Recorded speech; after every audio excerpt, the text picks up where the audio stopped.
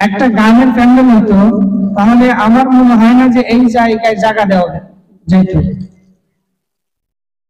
জামানাটা কোন জায়গা গেছে দেখেন। হিসাব দিতে হবে না, একদিন দেওয়া লাগবে না? আপনারা কি সবাই দুনিয়াতে স্থায়ীভাবে আসছেন? হ্যাঁ, যাইতে হবে না? সবাইকেই যাইতে হবে, কেউ থাকতে পারে নাই। আমার আপনার চাইতে বড় বড় নেতা যারা ছিল, ক্ষমতাধর যারা ছিল, কেউ থাকতে পারে নাই, কেউ থাকতে পারবেও না। আমাদের মাথায় চিন্তাটা আসে না যে রব্বি কারীম আপনাকে আমাকে কিসের জন্য বানাইলো, কিসের জন্য দুনিয়াতে পাঠাইলো, আমি কি করতেছি, সামনে কি করব, আর তার কাছে কি নিয়ে যাব। আমাদের মাথায় চিন্তাটা আসে না। আসে না। যদি চিন্তায় থাকতো তাহলে কি ওই রাস্তাঘাটে ঘোরাফেরা করতো? এই মজলিসের কি মর্যাদা জানেন? আপনারা তো সাধারণ কয়েকজন মানুষ সামনে বসে আছেন। আল্লাহ পাক রব্বুল ইজ্জত ফেরেশতাদেরকে দিয়া এই পুরো প্যান্ডেলটা তাদের একজন কাঁধের উপরে কাঁধ দিয়া, কাঁধের উপরে পা দিয়া আসমান পর্যন্ত ঘেরাও করে ফেলেছে। দেখছেন কত বড় একটা দামি মজমা? আমরা বুঝি না। আমি যে আয়াতখানা তেলাওয়াত করেছি, আল্লাহ পাক এই আয়াতে বলেছেন কুল্লু নাফসিন যায়িকাতুল মাউত, প্রত্যেকটা প্রাণীরই মৃত্যুর স্বাদ গ্রহণ করতে হবে, হবে না? প্রত্যেকটা প্রাণীরই মৃত্যুর স্বাদ গ্রহণ করতে হবে। আমাদের মরণের পরে কি হবে এই চিন্তাটা আমাদের মাথায় নাই। আমরা চিন্তায় আছি দুনিয়ায় কি করলে ভালোভাবে চলতে পারবো, কি করলে, কি কাজ করলে এক ওয়াক্ত ভালো খাইতে পারবো, এই চিন্তা আমাদের মাথায়। আহারে হতভাগা মুসলমান! নবী আলাইহিস সালাম, নবী করিম সাল্লাল্লাহু আলাইহি ওয়াসাল্লাম কত বড় একজন নবী ছিলেন যে বলা হয় অন্যান্য নবীরা আল্লাহ তাআলার কাছে দোয়া করেছেন, আল্লাহ আমাদেরকে যদি এই জামানার নবী না বানাইয়া শেষ জামানার নবীর উম্মত বানাইতা তাইলে আমরা বড় ধন্য হইতাম। নবীরা কিন্তু নিষ্পাপ নবীরা পর্যন্ত আল্লাহ তাআলার কাছে বলেছেন আমাদেরকে যদি এই জামানার নবী না বানাইয়া শেষ জামানার নবীর উম্মত বানাইতা তাহলে আমরা বড় ধন্য হইতাম। আর আমরা ওই নবীর উম্মত হওয়ার পরেও আমরা নবীকে কদর করতে জানি না, ঠিক কিনা? আমরা নবীকে কদর করতে জানি না, অথচ নবীজির জীবনী পড়েন, সিরাত পড়েন। আমার জন্য, আপনার জন্য কি কষ্ট, কি পরিশ্রম, কি মুজাহাদাইটা করেছেন। হ্যাঁ, কত কষ্ট পরিশ্রম করেছেন নবী আলাইহিস সালাম। সিরাত পড়লে পরে চোখ দিয়ে অঝরে পানি চলে আসে। কত কষ্ট করেছেন, না খায়া না দায়া, কত যুদ্ধ করেছেন। কাদের জন্য? একমাত্র আমাদের জন্য। আমরা সেজন্যই বলি আপনি দুনিয়াতে যাই করেন না কেন এসব কিছুই নিয়ে যেতে পারবেন না, সব আপনাকে রাখিয়া চলে যেতে হবে। একটা বাদশা আলেকজান্ডার নাম শুনছেন হয়তো। তিনি বিশাল বড় বাদশা ছিলেন, অনেক টাকা পয়সা ধন সম্পদ তার ছিল। তো হঠাৎ করে সে একদিন অসুস্থ হয়ে পড়লেন। অসুস্থ হওয়ার পরে তার খাদিমদেরকে বলতেছে আমার 3টা নসিহত আছে, তোমরা পূরণ করবা। 3টা নসিহত। কি কি নসিহত? 1 নম্বর নসিহত হচ্ছে আমার যে খাট বহন করবে মৃত্যুর পরে, এই খাটটা যেন আমাকে যে ডাক্তাররা চিকিৎসা করবে ওই ডাক্তাররাই যেন এই খাটটা নিয়ে যায়। দ্বিতীয় নাম্বার নসিহত হচ্ছে,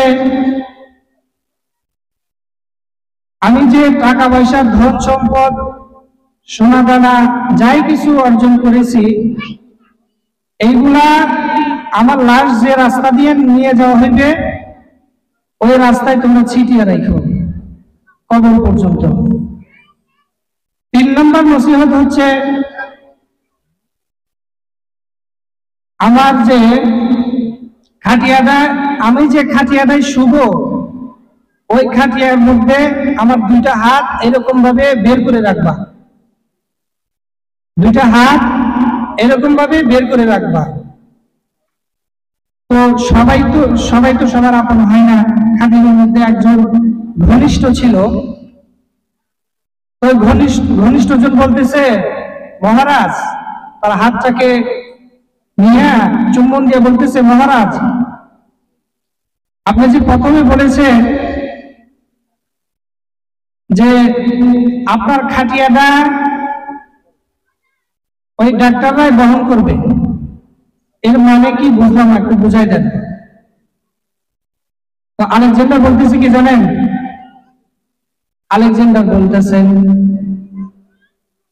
এটা দ্বারা আমি তোমাদেরকে এটা বুঝাইতেছি যে ডাক্তাররা আমার খাটিয়া বহন করবে,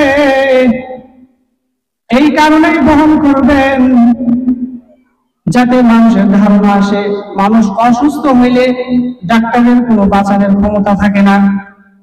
ডাক্তারের কোনো বাঁচানোর ক্ষমতা থাকে? ডাক্তারের কোনো ক্ষমতা নাই,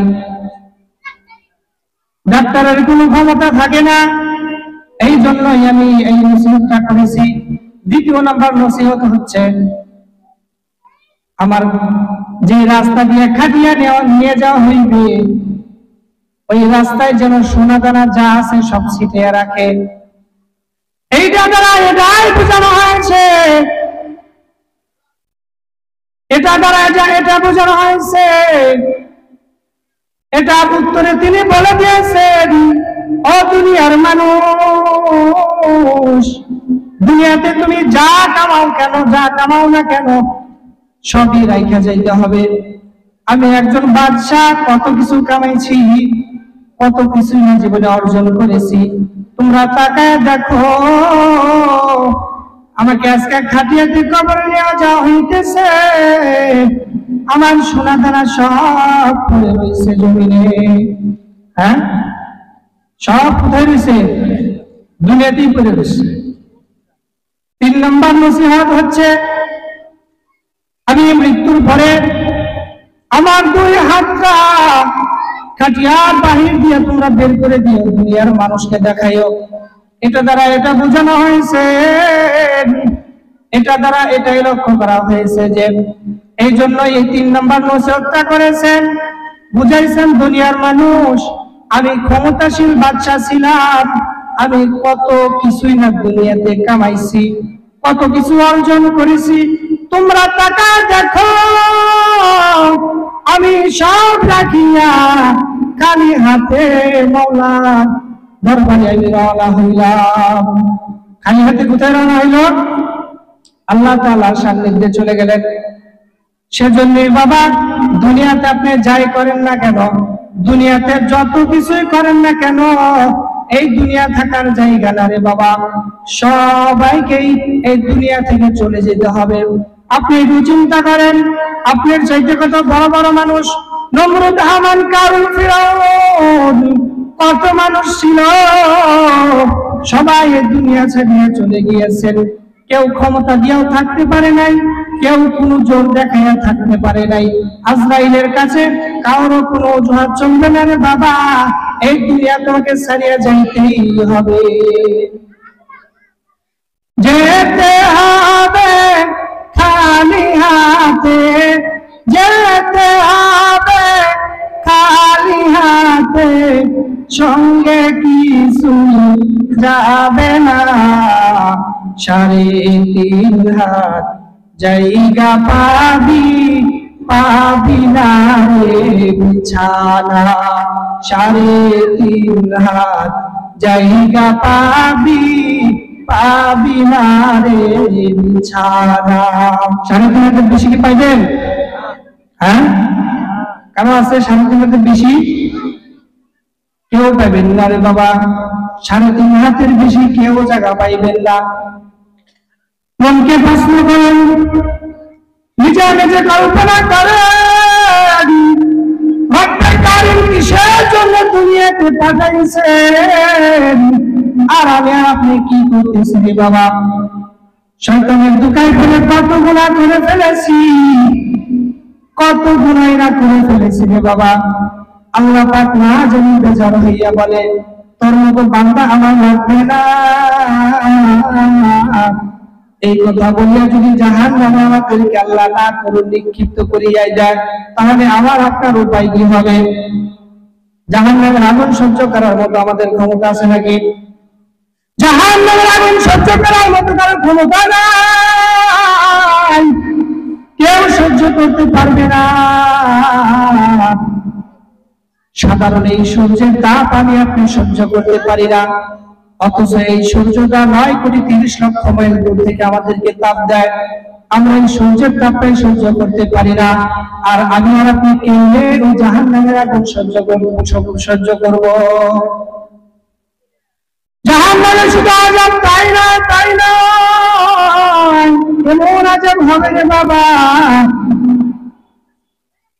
জাহান্নামী বলবে, মালিক আমাকে আর একবার সুযোগ দিন দুনিয়াতে যাওয়ার জন্য।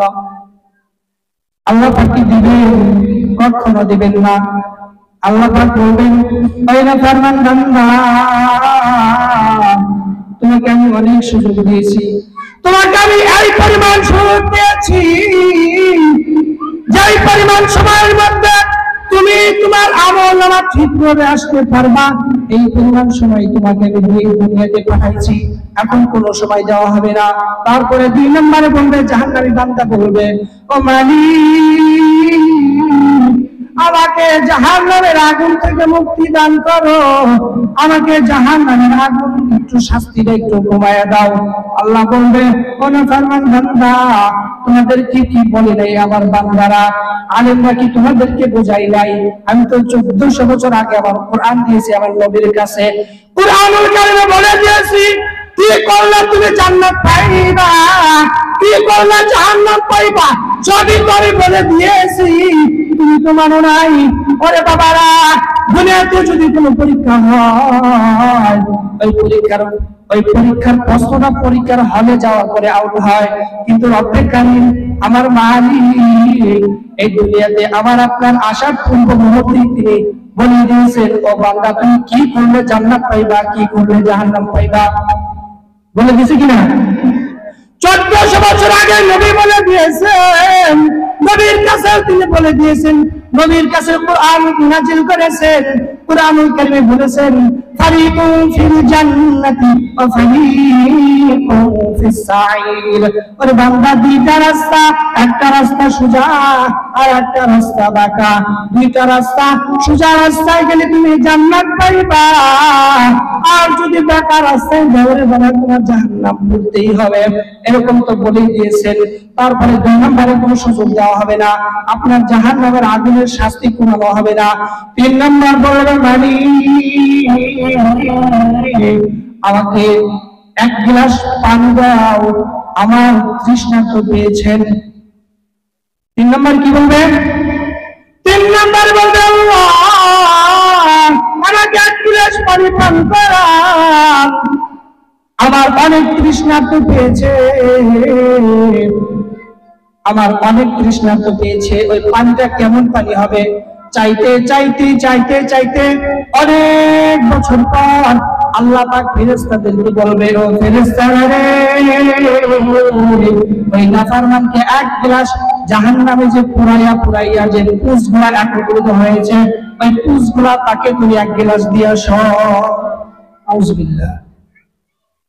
ওই 1 গ্লাস পুষ দিবে, ওইটা খাওয়ার পরে এই গলা থেকে নিজ পর্যন্ত আপনার যা আছে সব পুরিয়া পুরিয়া ছারকার হইয়া পায়খানার রাস্তা দিয়া সব বের হয়ে যাবে রে বাবা। জাহান্নামের আগুন কাউকে সহ্য করার মতো ক্ষমতা নাই। ওরে বাবা না, আজকে থেকে নিয়ত করেন, আজকে থেকে নিয়ত করেন রব্বে কারীম যার জন্য পাঠাইছেন এই উদ্দেশ্যটা হাসিল করিয়া তারপরে মামার কবরে যা শুয়ে। উদ্দেশ্য হাসিল করবেন কিনা? হ্যাঁ, কিসের জন্য পাঠাইছেন? উদ্দেশ্য হাসিল করবেন কিনা? আমরা আজকে থেকে কি করব? এক ওয়াক্ত নামাজ ছাড়বো না ইনশাআল্লাহ, নাকি কন? নাকি নামাজ ছাড়বেন? নামাজ ছাড়া যাবে না। চতুর্দিকে আজান হচ্ছে,